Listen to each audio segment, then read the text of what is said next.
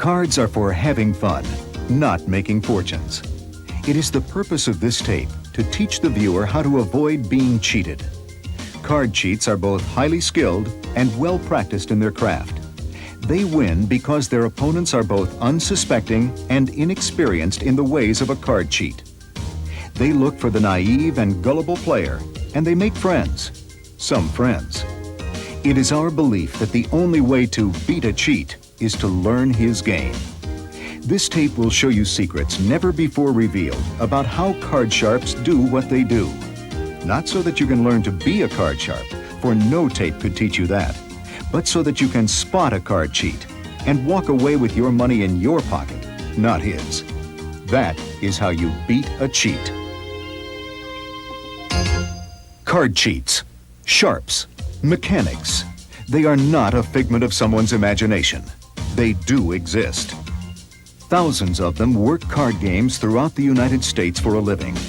And despite what you might expect, they're not likely to be found in the casinos of Las Vegas or New Jersey, where the bright lights and surveillance keep them at bay.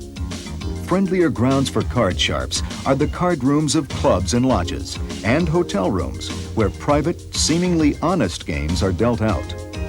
If you've ever lost money at one of these card games, it may be your skill level, it may be your luck, or it may be that you've been taken by a card sharp. The only way to protect yourself is to know the techniques used to take your money.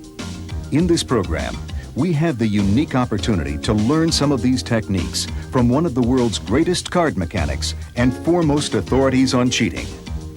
Mr. Mike Joseph has taught thousands of people to protect themselves from cheats. He has worked surveillance in underground casinos, tutored professional gamblers, and today works as a floor supervisor in one of Las Vegas's largest and most elegant casinos. There, he uses his skills and experience to spot sharps and schemers. And now, he's going to share some of these secrets with you, so you can spot and beat a cheat. Hello. Welcome to Beat a Cheat. Before we get started, I want to introduce Jolene and Dave. They're going to help me with the demonstrations. Sometimes I'll be dealing to a fourth player, and that's you at home. There are three broad areas that a card cheat can work with to his advantage: the cards themselves, the shuffles and cuts, and the deal. We'll discuss those areas, but it's also important to remember the psychology of a cheat. He doesn't have to win every hand. He's content to lose some hands and to win a few small pots. That's why he's waiting for the couple of the big hands that will make his evening worthwhile. And when they come along, generally later in the game when everyone's relaxed and had a couple of drinks, he'll make sure that one or two other players have good hands to stay in the betting, and then he'll make sure that he or his partner has the best hand. In this first segment, you'll see many different techniques used to mark or tamper with playing cards. Cards can be shaved, cut, sanded, nicked, crimped, scraped, painted, and daubed. There may be no card on the market today that is immune to the markings of the card sharp. Some cards make it easy for card sharps. Inexpensive single-ply cards show their spots with a bright light behind them. One-way designs can be used with a partner to signal. For example, the three cards facing up in this hand indicate that the player has a strong hand. Three cards facing down could indicate that the player has a low hand. This would give the players a great advantage in certain games, especially games with a high-low split. While you're not likely to encounter a professional card sharp at a game with souvenir cards, stick to games that use good quality two-ply cards with a conventional design. This means that the design is the same whichever way the card is turned. Bicycle, Aviator, and B are top brands. Their quality, consistency, and familiarity give you an advantage. But as you're about to see, it's hard to stop a card sharp. Most card games start with a new deck of cards. As the dealer takes off the cellophane and cracks the seal, the players are reassured that they're playing with an honest deck, just the way it left the factory. There's nothing magical about the packaging of a deck of playing cards. Most people think that a deck which is still in its wrapper, with its seal intact, is perfectly okay. But then, card sharps breed on the gullible. Watch closely. First, a razor knife is used to cut the bottom of the plastic wrapper like this. If there's a seal on the bottom, the side of the box can be opened. The cardboard is pulled apart and the cards slide out easily. The cards can be doctored and put back in the box, which is then closed and sealed with two-sided tape. The cellophane is resealed with tape, and the average person will never know what hit them. Here, look at this. There are many ways to mark cards, and the systems you can develop are as endless as your imagination. Let's do that again. Look at the wing on your left-hand side. This deck is one of the oldest designs on the market today. The same design has been manufactured for over 80 years. Although you may not be able to spot it right away, we've marked this deck with a one-card marking system. That means that we have differentiated the low cards from the high cards. You'll notice that the wing here on the left card is different from the one on the right. This one has been straightened out by very carefully scraping away the ink with a razor knife, like this. Because this marking is done in the center of the card, it is known as a blackjack marking. A card sharp can add to the design of the card by matching the color of the card with ink or paint and blocking out certain areas. This is known as blockout work. Here is a deck that is marked to indicate only the high cards. By using a matching red ink, the birds are blocked out according to the value of the card. Here there is only one bird, indicating a 10. Here, 2 birds, indicating a jack, 3 a queen, 4 a king, and 5 an ace. A different marking system is used with this diamond pattern design. The row of diamonds on the edge is used as a scale, with the appropriate diamonds slightly enlarged to reveal the card's value. If the first diamond from the left is enlarged, it indicates an ace, the second over a king, and so on through the values. This system is a very common method of card marking. You may wonder how it's possible to see these small markings across the poker table. It's almost impossible, unless you know where to look, because you marked the deck. If you brought out a deck of cards for your weekly poker game that looked like this, you'd quickly be shown the door. But the cheating technique known as shading works on the very same principle. Years ago, a gambler bought a deck of cards, and then 3 months later, bought the same brand with the same design and stumbled on something by accident. Comparing the 2 decks, he realized that the inks were different. One was lighter than the other. And by taking all the high cards from the light deck and all the low cards from the dark deck, he created a simple marking system. Today, this situation still exists. Inks and paper used to make cards change from time to time, resulting in subtle differences among decks. Although the differences may be hard to see on your TV, they are obvious to the card sharp. The professional card sharp doesn't have to wait for variations to create a shaded deck. He makes his own. He might mix a poker deck with a pinochle deck. Or a simple method is to use the sun's light to slightly bleach selected cards. A card sharp will probably use a more sophisticated method. In the bottle is a combination of clear acrylic floor wax and red food coloring. A card sharp will apply a solution like this to a small area of the back of the cards with a cotton swab to make a shaded deck. Or he might take car wax and buff the backs of the cards. This makes the white portion of the card turn slightly yellow. Something you can be alert to is a deck with mixed finishes. Card designs come in a variety of finishes, with names like air cushion, linen, and cambric. They each have a slightly different feel, so that a sharp can tell high from low by touch alone. Here's another marking system used with the all-over card design. This is what is known as a trim deck. As you can see, The card on the right is trimmed differently than the card on the left. Look at the blue diamonds. In this manner, it is possible to create a simple one-way system with the size of the diamonds indicating the value of the cards. Here you'll see that half a diamond on the top row indicates a 2, 3, 4, or 5. 1/4 diamond shows a 6, 7, or 8, and a full diamond indicates a value of 9 through ace. These trim variations arise from the manufacturing process and are assembled by the cheat by combining cards from a number of decks. Or he can trim the deck himself. Let's take a look at our card sharp in action. Watch closely as he shuffles and cuts the deck, revealing 4 aces. Magic? There is no magic in card mechanics, only technique. Mr. Joseph is using what is known as a stripper deck to control the 4 aces.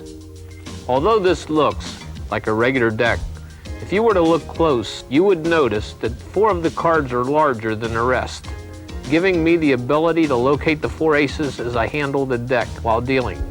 This is one of the oldest tricks in the Card Sharp's book. First, the card sharp will remove all of the key cards from the deck. He will then take the remainder of the deck and sand down the sides with emery or glass paper. The trick is to sand down just enough of the edges so that the key cards are slightly larger than the other cards. This will enable him to locate them by touch as he shuffles or handles the deck. The sharp has no problem controlling the oversized cards. If I took the king of diamonds and tore off the top edge and put it back into the deck, it would talk to me. Listen to the difference in sound made by this type of card.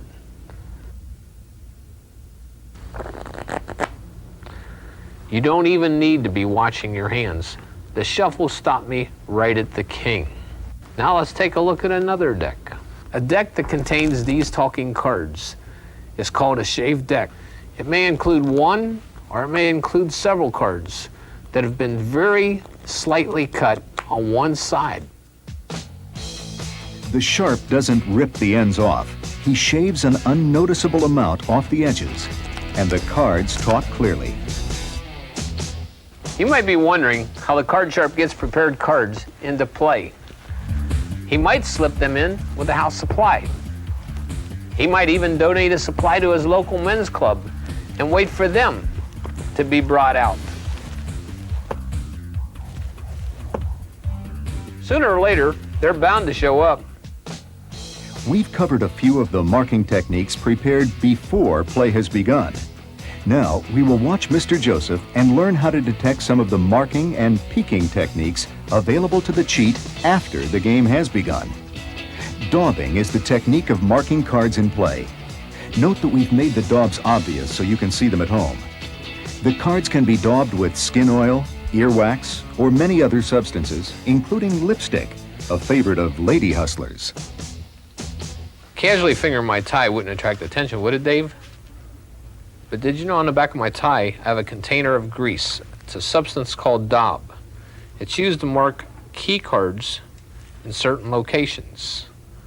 Daub can be hidden in just about any location, underneath my shoe, in my pocket, in a pack of cigarettes, and yes, even behind my tie.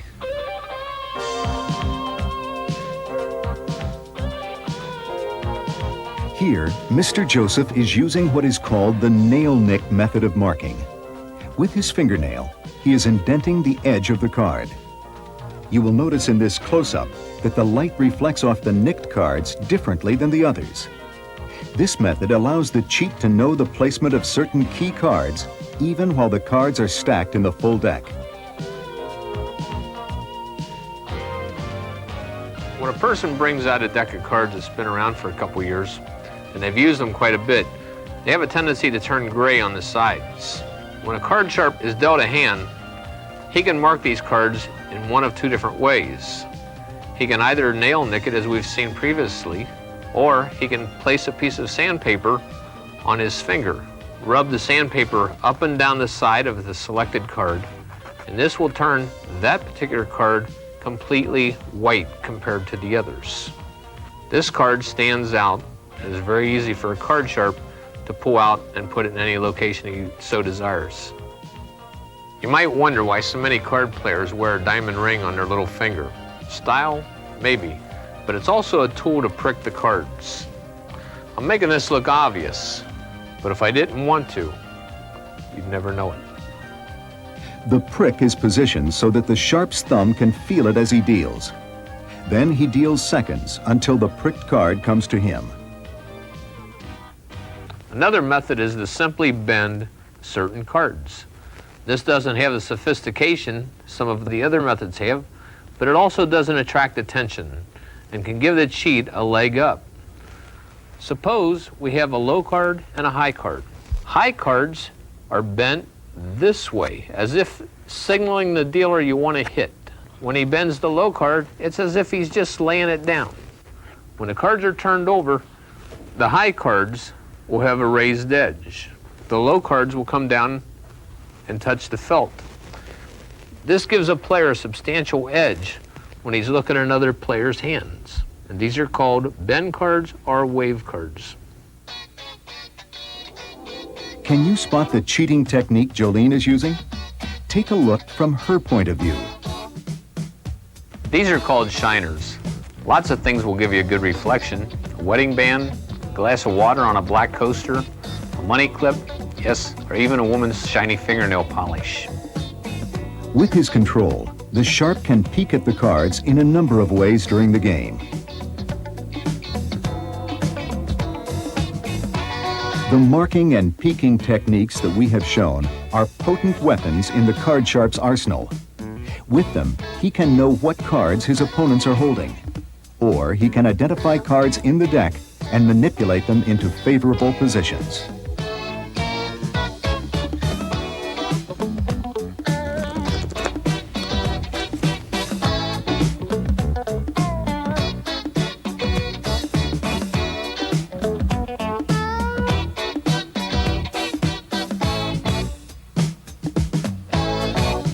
Okay, this is where things really get interesting. When the sharp is dealing or shuffling, he is able to combine techniques of marking and card handling to totally control the game. Perhaps the most important thing that I want to show you at home is that a card sharp can control every card in the deck. Think about it. Not one, not two, every card in the deck. A lot of people believe that that's impossible because they have a hard time controlling even one card, and they can't visualize how a card sharp can control all 52. Here's a standard deck of cards, straight from the box.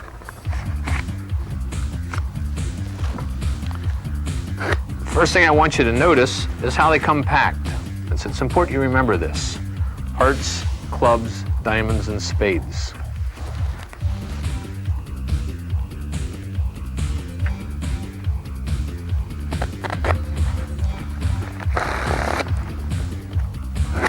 First thing that we're going to do is we're going to shuffle the cards in such a way that we put all the red cards together, we put all the black cards together, and then we place everything into pairs. Looks like this. Red, black, and everything's in pairs.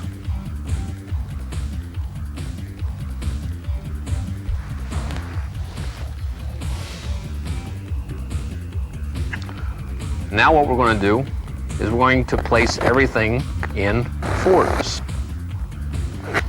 All the aces through the kings will now be in fours.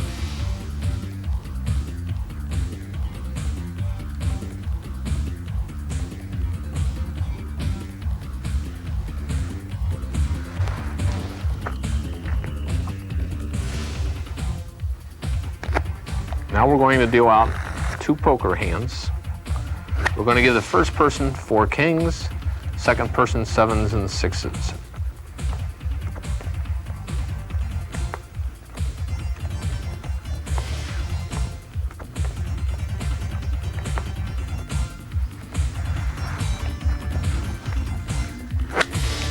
Now we're going to deal out 4 poker hands.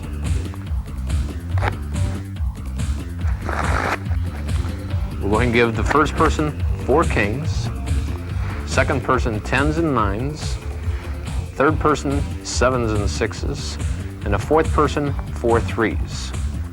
Kings, 10s and 9s, 7s and 6s, 4 3s. Just read them across.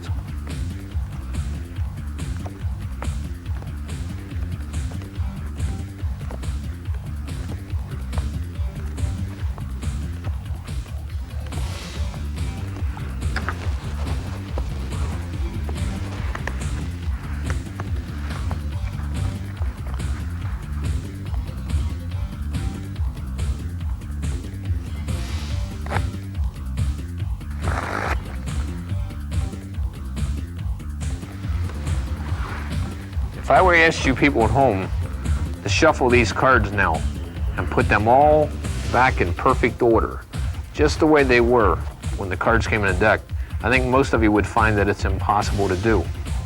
But let's watch a card sharp and see exactly what he can do. What we're doing is a table faro, and with 8 perfect shuffles, the cards actually return back to their original position. We've got 2 more shuffles to do, and I think you'll see that the cards are back just the way they were when we first got started.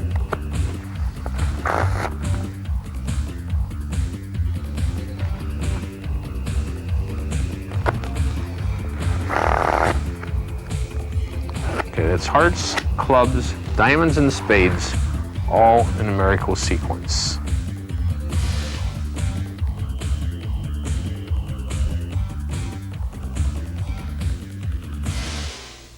The key technique in what you have just seen is what's called a faro or perfect shuffle. This means that there's a perfect one-to-one interweave of the cards. Take a look in slow motion. The sharp butts the deck and establishes a one-to-one interweave, a perfect shuffle. Using this shuffle and his knowledge of the mathematical formula involved, the sharp can rearrange the deck to his liking. He knows, for example, that 8 perfect shuffles will return the deck to runs by suit.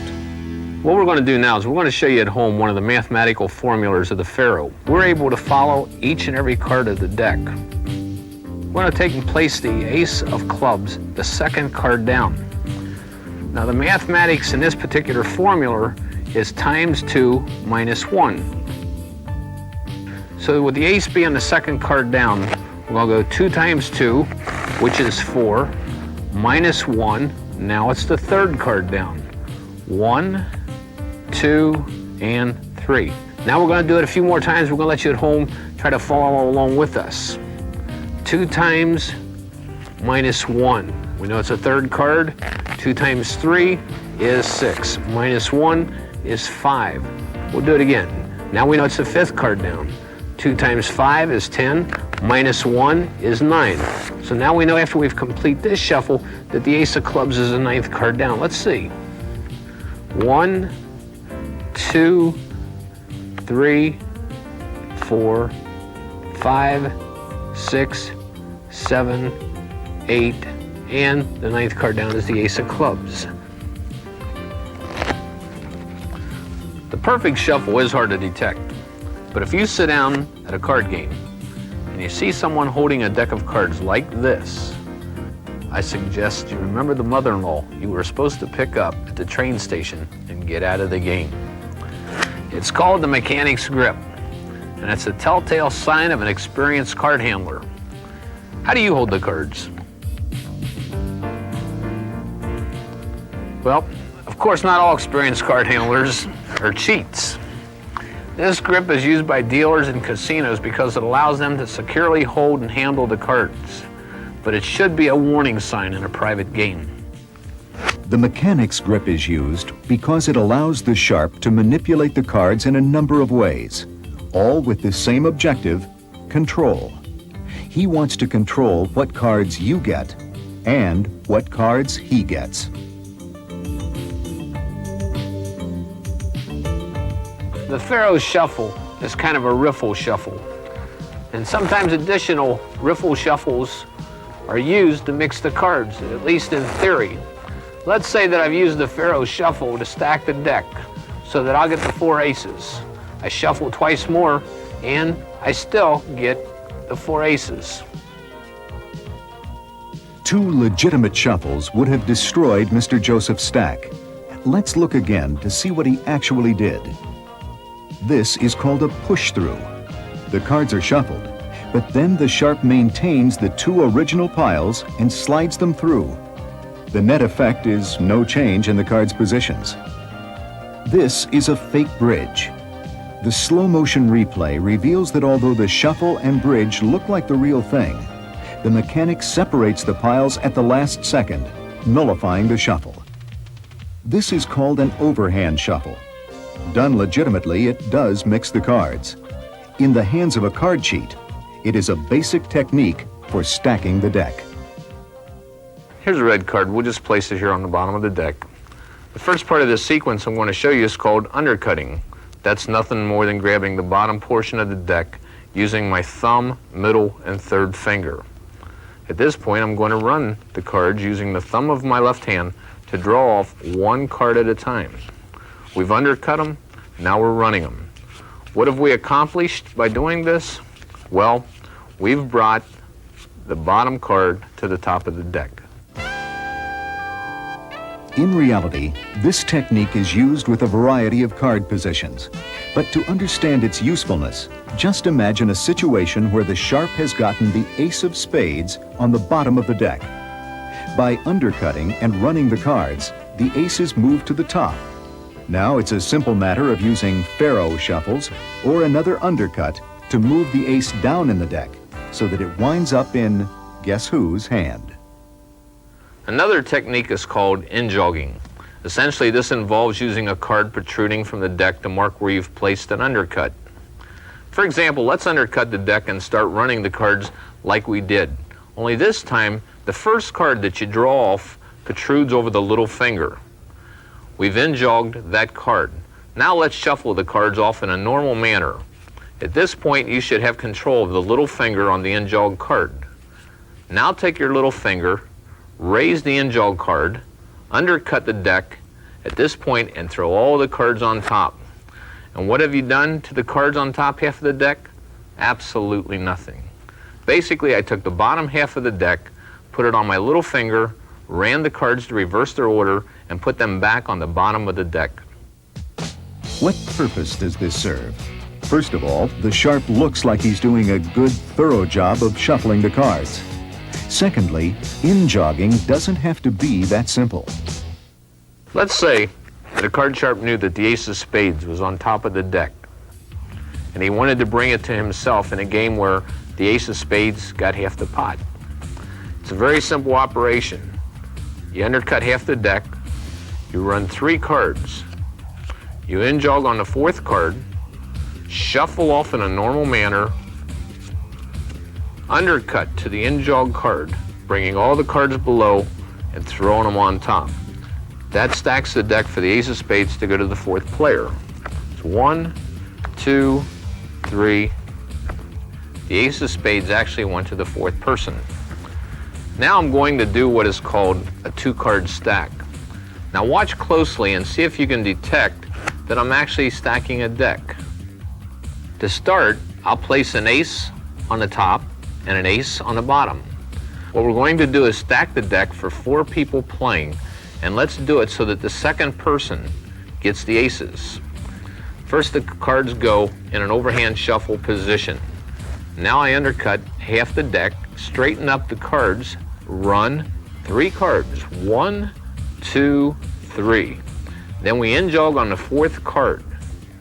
Now we're going to shuffle off, but we're going to bring the bottom card, which is the ace, to the top of the deck. I raise my little finger, grab all the cards below the in-jog card. Use the little finger to straighten up the in-jog card. Now run 5. In-jog on 6. Shuffle off and undercut to the in-jog card, grabbing all the cards below the in-jog card. And then throw them on top.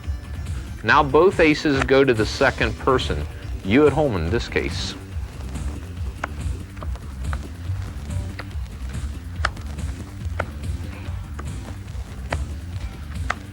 There are many ways to stack a deck. Every card sharp has his favorite techniques. In a pickup stack, the cards are picked up off the table in stacked position, placed on top of the deck, and then false shuffles and cuts are used to maintain them in that position.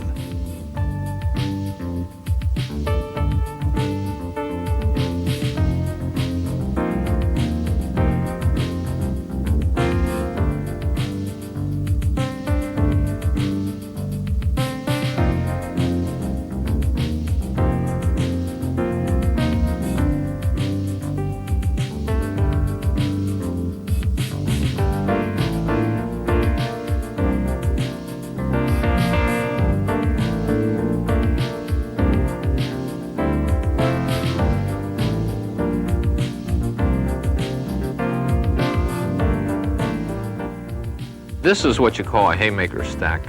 It's where the 4 desired cards are placed on the bottom of the deck. As the dealer gets ready to shuffle, he'll draw off 1 card from the top and 1 card at the bottom simultaneously. 1 from the top, 1 from the bottom. This is done 4 times. On the 5th go down, he will in-jog the top card to keep control, shuffle off, undercut to the in-jog card, and throw that stacked portion back on top. Now we'll go through the same series, only this time it'll be 8 times. It's 1 from the top, 1 from the bottom, and we're going to do that 8 times. Okay, at this point the deck is already stacked. Now we're going to in-jog the top card, shuffle off, undercut to the in-jog, and throw on top. And the deck is stacked for the 4 kings to go to the first player.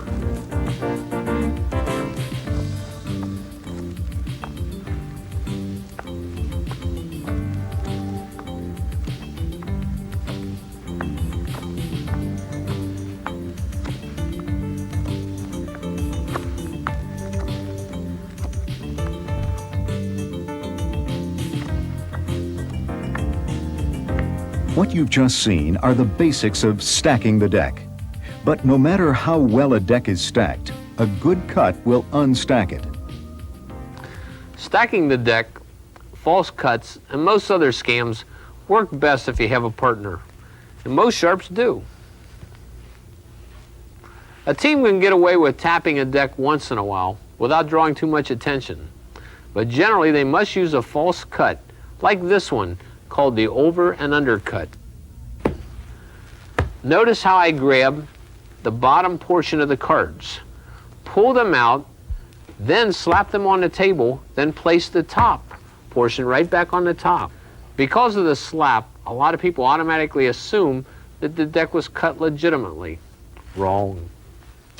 Another false cut technique is known as the 1-3-2. It's a little like the classic shell game. What we want to do is keep every card in identical order and give the illusion that we're really cutting the deck. With the black 10s, top and bottom, watch carefully as I cut the deck.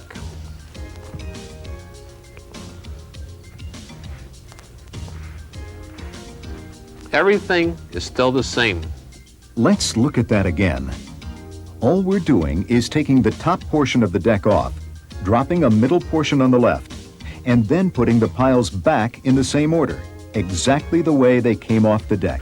One of my favorites is also called a 1-3-2 or shuffle cut, but it's done in the hand. The card sharp draws off the bottom portion of the deck, places 3/4 on top, draws off the other bottom portion, places it on top, and then brings the remaining cards on top. And again we have the 2 10s right back where they started. Even without a partner, there are cuts a card mechanic can use to maintain a stacked deck.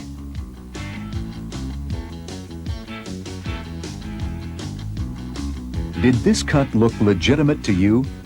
What looked like a slight fumble is actually called a shift.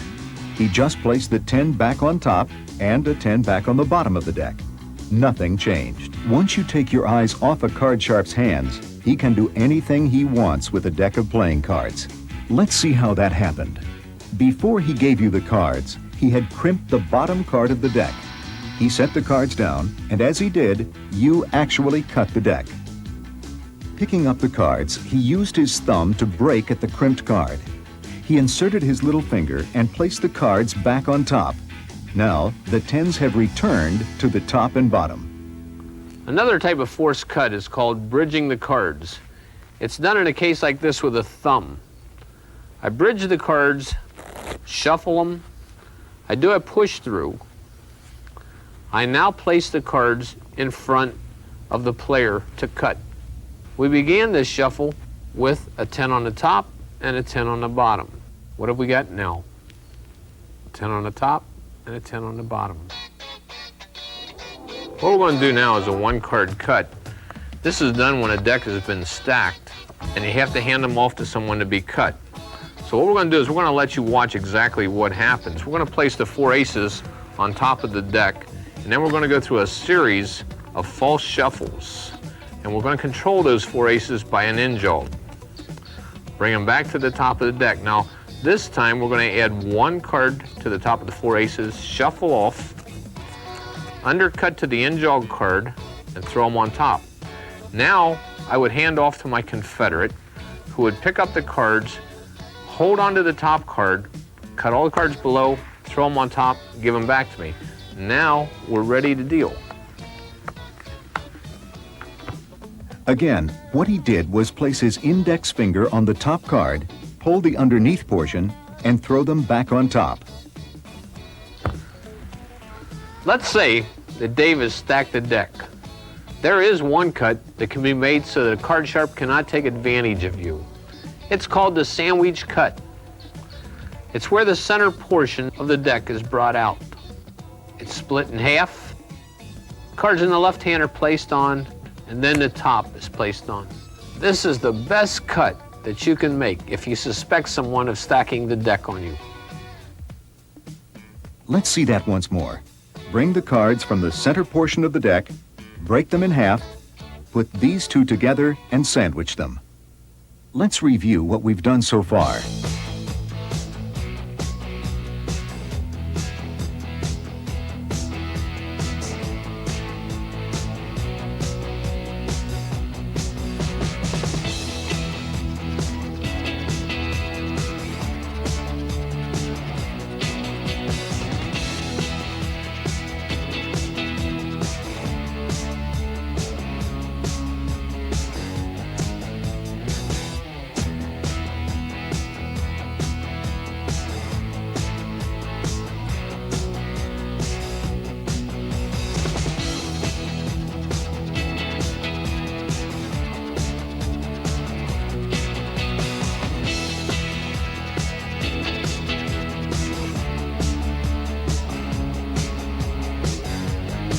Palming is the technique a magician uses to pull a quarter out of your ear. Card sharps also use palming. Palming or holding out cards can come in handy in a number of situations. The card sharp may place the cards to be palmed on top of the deck. Palm them off, then return the stack to the top of the deck and ready to deal. Here, Mr. Joseph demonstrates a palming technique to control only 1 card.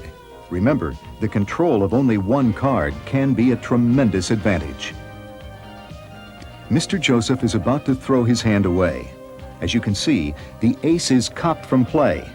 The right thumb does all the dirty work at the exact moment the hand is tossed away. Watch again as the 1-card palm is executed in slow motion. Anytime a card is copped and held out from play, the intention is to switch it back in at the most profitable time, when the cheater needs that extra edge to win. Switching the card back into play is called mucking. Let's look at that again in slow motion. One thing every card cheat needs is guts. And some of the moves that a cheat makes are amazingly bold. A friendly game of gin lends itself to a variety of manipulations. Jolene and I are going to have a little friendly game of gin. Mr. Joseph's hand has a little bonus. While dealing, he simply takes 2 or 3 cards instead of 1.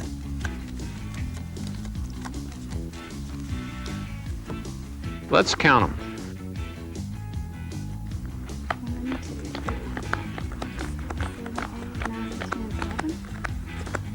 I've got 2 extra. One of the favorites of gin players is the peek. They make it appear as though they're looking at the top card to see what card they're going to draw, but actually they're looking at the top 2 cards, their card and the next player's card. If they see they like that card, then they will snap it off into their hand. The possibilities are almost endless. When the sharp is the dealer of a hand, new opportunities arise. A good mechanic has a number of dealing techniques that he can use to take advantage of marked cards or key cards that he has positioned. Let's say he has an ace on the top of the deck while dealing. He wants to make sure that it goes to himself rather than to an opponent. The sharp deals seconds, that is, the second card down, until he gets to himself. Let's do it again in slow motion. The left thumb draws back the top card just enough to expose the second card, which is then grasped and dealt. There are variations in seconds, such as throwing the card. A throw second is where you pull back and then throw with your finger. The snap second's where you push out two cards. As you bring the top card back, the right hand grasps the bottom card and snaps the second card out. And then we have a blackjack top second, which means a third finger comes in, grasps the card, and turns it over. Dealing seconds, as we have just seen, is one of the basic dealing cheats in use. A sharp can just as easily deal from the bottom of the deck, or from a break. To deal from the bottom, I use my fingers to push the bottom card slightly out, simultaneously with the top card. I grasp it with my dealing hand, and at the same time, I draw back the top card. You cannot detect a bottom dealer. All you can hear is the snap that he makes as he draws off the bottom card. As we mentioned earlier, most professional card sharps work with a partner. By dealing the partner the winning cards, the card cheat can avoid detection from wary victims. Also, a partner sitting to the sharp's right can assist in false cutting the dealer's stacked decks, and is in the optimal position to peek at cards that are flashed by the cheat as he deals. Well, there are a lot of techniques for giving a partner a peek at the cards. A typical one is called the gap peek. The dealer squeezes the top card of the deck, which is drawn up in its corner, for the partner to view. This technique is very successful because only the player on the right of the dealer can see the card. By using signaling techniques, the cheating partners can gain critical advantage over their opponents during the betting. The simplest signaling technique utilizes the design characteristics of the one-way card, as mentioned earlier. More versatile is a finger signaling system like the one you see here. 3 fingers out indicates a high hand, and 2 fingers, a low hand. Other partner codes can use anything from the position of a cigarette in the cheat's mouth or ashtray to code words to allow the partners to communicate. Throughout this presentation, we've shown you some of the basic techniques of the card cheat. In actual practice, these techniques are combined as circumstances dictate. A sharp may spot key cards through markings, break them into position, faro shuffle them into a stack, and then deal seconds to adjust for players who fold. The combinations are almost infinite. And never forget that most card sharps today have a partner somewhere at the table. If you fail to locate the team after the first few hands, chances are good that there will be a lot more cheating that you're bound to miss. The most important thing for you to remember is that cheats can turn up in your card game. We've shown you what to look for, and we hope we've opened your eyes. Unless you have years to practice these techniques and a lack of scruples, you're not going to beat a cheat at his own game. So the best way for you to beat a cheat is to prevent him from winning by not playing with him. Keep your eyes open, know when to leave a game, and good luck.